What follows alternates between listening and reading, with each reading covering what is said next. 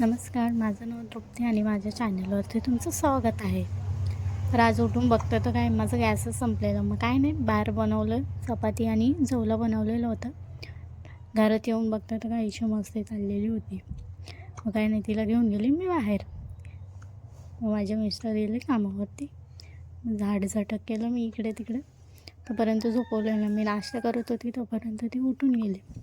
मग तिला घेऊन गेली मी बाहेर. बाहेरून आले, तिच्या हातात दुधाची बॉटल दिलेली.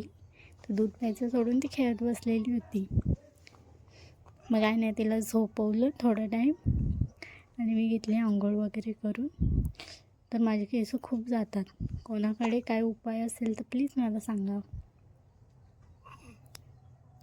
मी आंघोळ करता करता ती उठून गेलेली. तोपर्यंत तिची मस्ती बघा कशी करते. तिची मस्ती खूप चाललेली.